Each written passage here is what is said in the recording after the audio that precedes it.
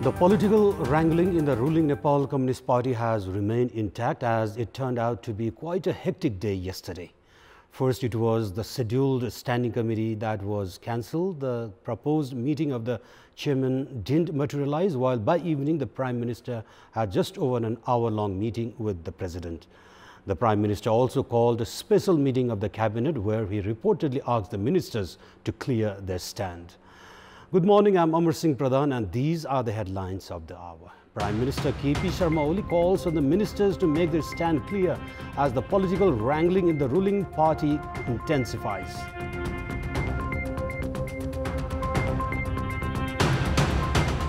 The government giving the contracts to import fertilizers to an infamous construction company. Farmers hit hard by dearth of fertilizers.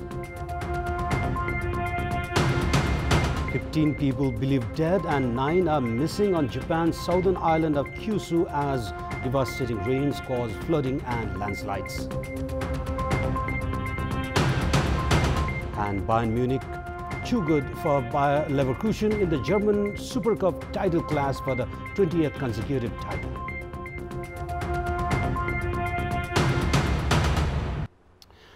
Prime Minister KP Sharma Oli has alleged that there was an intense conspiracy to topple his government. The Premier said that there were efforts to impeach the President and remove him from the dual position of the Prime Minister and the party chair. Calling a late evening meeting of the Cabinet, the Prime Minister also urged his ministers to support his government. The Prime Minister at the meeting in Balwatar yesterday informed the Cabinet that due to the ongoing political wrangling, the government might have to take what he said a stern action. The PM also called on the ministers to make their positions clear. The meeting with the Cabinet ministers took place after the Prime Minister had returned from the President's office, Sital Niwas, where he had held more than an hour-long meeting with President Bidya Devi Bhandari. After the Prime Minister briefed the meeting, Ministers Ghanshyam Bhusal, Barsaman Poon, Parvat Gurung had also pitched their opinions. Minister Poon said that the decision would be taken by the party, while Minister Gurung claimed of striking a majority for Oli government in the parliamentary committee. The Prime Minister's Secretariat early yesterday had said that the meeting mainly revolved around the contemporary issues and no decision was taken. The death toll from coronavirus in Nepal has reached 34 as a 44-year-old man from Gorkha died yesterday while undergoing treatment at the isolation center in Gorkha Hospital. According to the Ministry of Social Development of Gandaki Province, the man from Palungtar municipality had returned from Qatar on 30th of June and was in quarantine center. The man had tested positive for coronavirus on Friday and was shifted to the isolation center. The deceased had been suffering from pneumonia and diabetes. Likewise, the swab test of a 75-year-old man from Rupandehi's Devda who had died this Tuesday had also come positive. The deceased was under medication for tuberculosis-related ailments. Meanwhile, 232 new cases recorded yesterday has taken the infection tally to 15,491. On a positive note, 6,415 infected individuals have registered full recovery in the country. Meanwhile, only 4,050 swab samples were tested in the country yesterday as the government has reduced its parameters of testing. An army helicopter has transported 8 quintals of edibles, 36 tents and 40 blankets for the landslide victims of Kedarsiu rural municipality in Bajang. Kamal Raj Bhandari, Chief District Officer of Bajang, informed that Kedarsiu rural municipality has distributed 35,000 rupees instantly for the cremation of the deceased in the landslide. 6 dead bodies were recovered from the landslide that took place in Malaysia of Kedarsiu rural municipality, Bajang.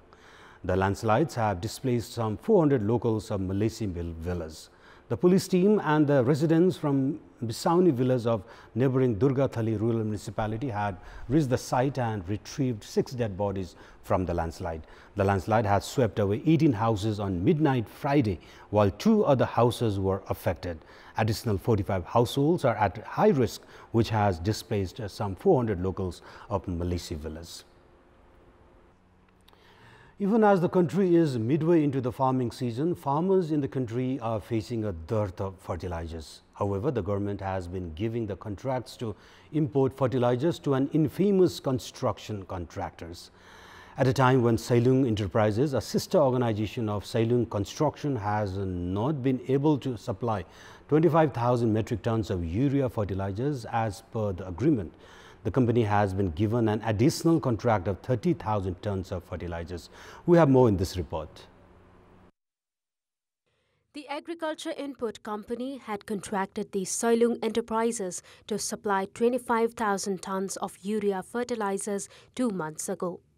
There is a severe dearth of fertilizers as the Sailung Enterprises had failed to deliver the consignment. However, the company was granted another contract on Friday to procure 30,000 metric tons of fertilizers. It may be recalled that Sailung Construction, operated by Sarada Prasad Adhikari, who enjoys close ties with NCP Executive Chairman Pushpakamal Dahal, is infamous for leaving many infrastructures stranded midway. Meanwhile, there is another agreement of 25,000 metric tons of fertilizers waiting in the wings. This amounts to 80,000 metric tons of fertilizers worth 3 billion rupees that has been provided to a company which has no background in this field. The scenario points to another infamous case of Omni Group that was provided contracts to procure medical equipment despite the lack of expertise in the field. The controversial contract with the Omni Group eventually had to be scrapped. The experts in the field view that the government's repeated blunders in providing contracts on the basis of political connection and influence as a misuse of power. The Indian news channels have been giving priority to Nepal-related issues ever since the Himalayan nation released its new map, including territories up to Limpiadhura. The Indian news channels, unfortunately, are trying to disseminate information that China is responsible for what they call the daring move by Nepal. However, these channels have no clear evidences to support their baseless claims. We have more in this report. The Indian news channel gave high priority to issues related to the disputes in the Standing Committee meeting of the ruling Nepal Communist Party and the prorogation of the current parliamentary session. The events were purely resulted by the internal bickering within the ruling party, but ridiculously, to say the least, the Indian media saw the roles of China and even Pakistan in the recent political development in Nepal. If that was not enough, the popular Indian channel Zee News speculated that Nepalese Prime Minister KP Sharma Oli could announce midterm election and went on to conduct a poll survey with the channel's political experts. Zee News editor-in-chief Sudhir Chaudhary presented an analytical coverage himself, claiming that KP Sharma Oli had become the Prime Minister with Chinese support and has continued to enjoy the assistance from China to save his post. Chaudhary, in his report, added that China, Nepal and Pakistan have made an alliance to corner India. Likewise, another popular Indian channel, Aaj Tak, was also found to disseminate irresponsible and speculative news related with Nepal. Aaj Tak news was mainly targeted towards biased reporting on Nepal-India border issues. Likewise, the Indian news channel are also found to deliver baseless reporting on Nepal's national affairs of the likes of Constitution Amendment, Citizenship Act, writ on language at the Supreme Court, among others.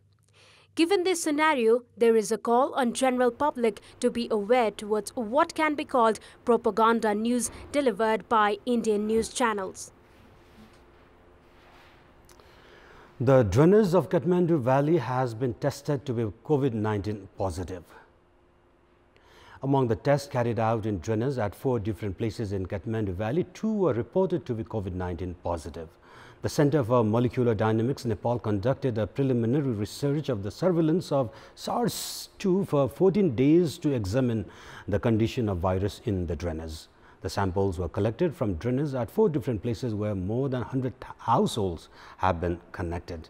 Public health experts have predicted that the virus might have already spread in the community with the detection of virus in the drainage. Research proves surge in the number of asymptomatic individuals infected with COVID-19, which has increased the risk of community spread of the coronavirus. And in our public voice segment, we had asked the locals of Parbat what should be done to discourage the practice of distributing grants and programs on the basis of one's political reach. Let's take a look at what they have to say.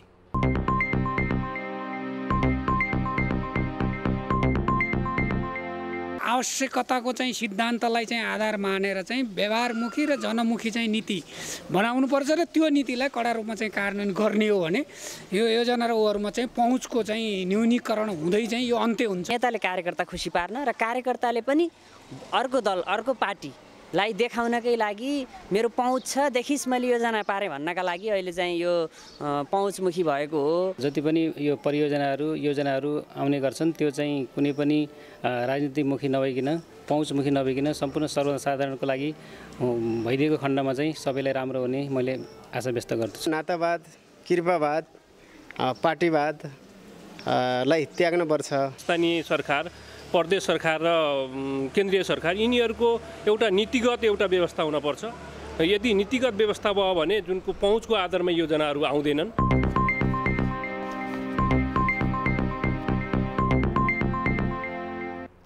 And now time for our segment Public Pulse, where it texts us with their opinion. Public Pulse. And your question is, what's your take on the decision of giving contract to import fertilizers to an infamous construction company? And your options are option A, political reach, option B, loopholes in the law itself, and option C, foolproof plan. The voting for the question is on. Type any WS, select your option A, B or C and send it to 34001 to share your opinion with us. And those were our latest headlines. Stay with us for more news and entertainment on KTVSD. Stay safe and good day.